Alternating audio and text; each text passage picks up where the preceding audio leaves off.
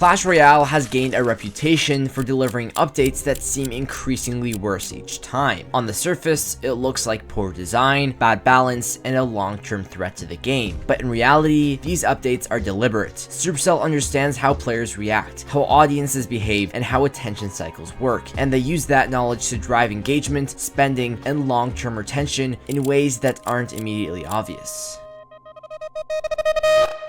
If you've ever played Clash Royale, what becomes blatantly obvious after you beat a few arenas is the pay-to-win aspect of the game. Every time you go up against somebody who has significantly higher leveled cards than you already know it's going to be wraps. Might as well not even try. One hard counter and all 3 of your towers are gone. But this frustration of losing is exactly what Clash Royale wants. They want to enrage you. That frustration is part of the design. In Clash Royale, certain cards aren't just strong, they're infuriating. Cards like Mega Knight, Evo Firecracker, or Evo Witch don't just beat you, they make you feel like nothing you did mattered. You had a plan, a defense, a strategy, and then it all vanished in seconds. That feeling of helplessness isn't a bug, it's deliberate. These cards are engineered to provoke emotion, to spark rage, to make the loss feel personal, and when something feels personal, it sticks. This taps into a powerful psychological loop built around perceived agency. The belief that your choices should determine the outcome. So when a match feels like it was taken from you by an unfair card or an unavoidable push, you don't just feel disappointment, you feel robbed. And robbed players don't walk away, they chase payback. This leads to the phenomenon known as the rage loop. The cycle where players keep playing not because they're having fun, but because they want redemption. They want to undo that loss, prove that the card didn't beat them, that the opponent wasn't better. And this emotional drive is incredibly effective at keeping people hooked. Psychologically, dropping 30 trophies stings twice as much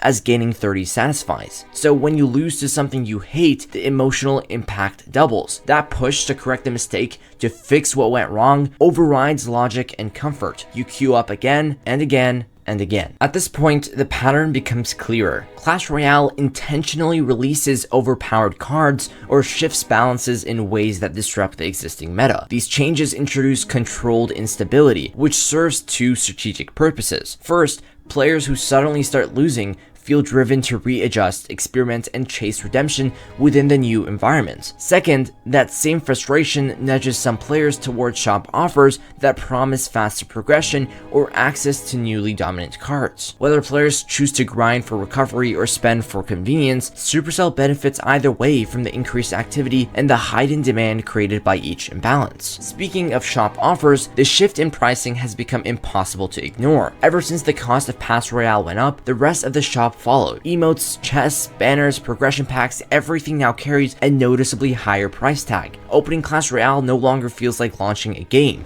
It feels like walking into a bazaar. Every session begins with a wall of animated deals. 2 for 1, 50% off, 100x value, and bundles stacked on every corner of the screen. These aren't random additions. Supercell has gradually woven dozens of offers into every update, filling the interface with enough visual stimuli that players can't play a single match without passing by a purchase prompt. This design leverages the mere exposure effect, a psychological principle stating that the more frequently you see something, the more positively you start to feel about it. Even if a player initially ignores an offer, constant repetition slowly normalizes it.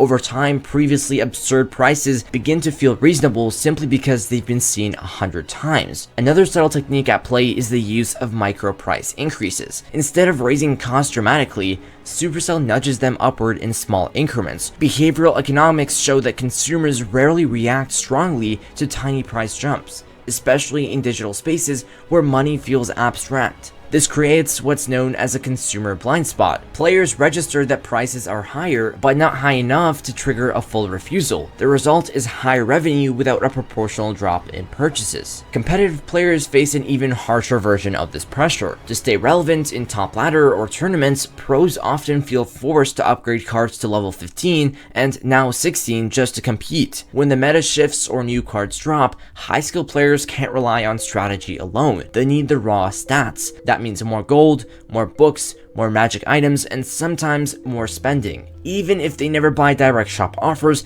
they feel the systemic push toward progression, which benefits Supercell just as much. All of this feeds into why Clash Royale remains Supercell's most profitable title. But what if the community actually rebelled? What if players collectively decided that enough was enough, and Clash Royale finally crossed a line so extreme, so blatantly pay to win, that the entire player base walked away? In theory, a boycott sounds like the perfect fix. In practice, it never succeeds because the players who understand the psychological tricks behind the game are only a fraction of the audience. They're not the ones who make up the bulk of the daily logins.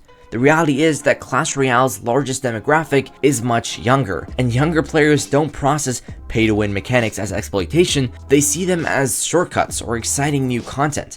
They care far more about opening chests, unlocking evolutions, or using whatever is strongest today than about long-term balance or corporate strategy.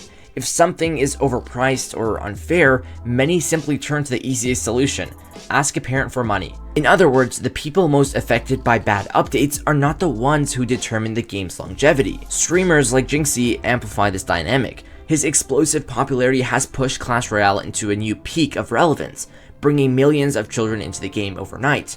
Their engagement isn't analytical, it's emotional. They play because he plays. They laugh because he rages. They download whatever he touches. This creates a powerful cycle of passive adoption. People participate not because they approve of the update, but because someone they admire is engaging with it. Even older players struggle to leave the game entirely. The moment you quit, you feel the pull of FOMO. The fear that your friends won't quit with you, that you'll fall behind on levels, or that you'll miss out on seasonal rewards. Supercell designs their update cadence to exploit this return behavior. Temporary frustration drives people away, but curiosity, peer influence, and event rewards pull them back. It's a loop that repeats constantly.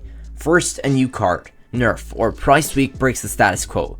Then outrage and visibility spike. Then repeated exposure, flashy shop offers, and in-game props push the change into every player's feed until it starts to feel normal. Then emotional charging kicks in. Wins, losses, and surprises trigger dopamine hits, pulling players back into chase highs or correct lows. Then economic nudges and competitive pressure rises as serious players upgrade to keep pace. Then normalization hits. The meta stabilizes and revenue spikes. Finally, the cycle restarts when the next disruptive update arrives. The cycle isn't accidental. It's a precision-built engine that turns controversy into attention, attention into engagement, and engagement into revenue. FOMO, social proof, and influencer culture pull new players in and drag old players back, while outrage itself becomes free advertising, echoing through every creator's feed. For the player, Clash Royale becomes less a game and more a behavioral experiment, delivering bursts of joy, flashes of anger, and long stretches of conditioned routine that all translate neatly into profit.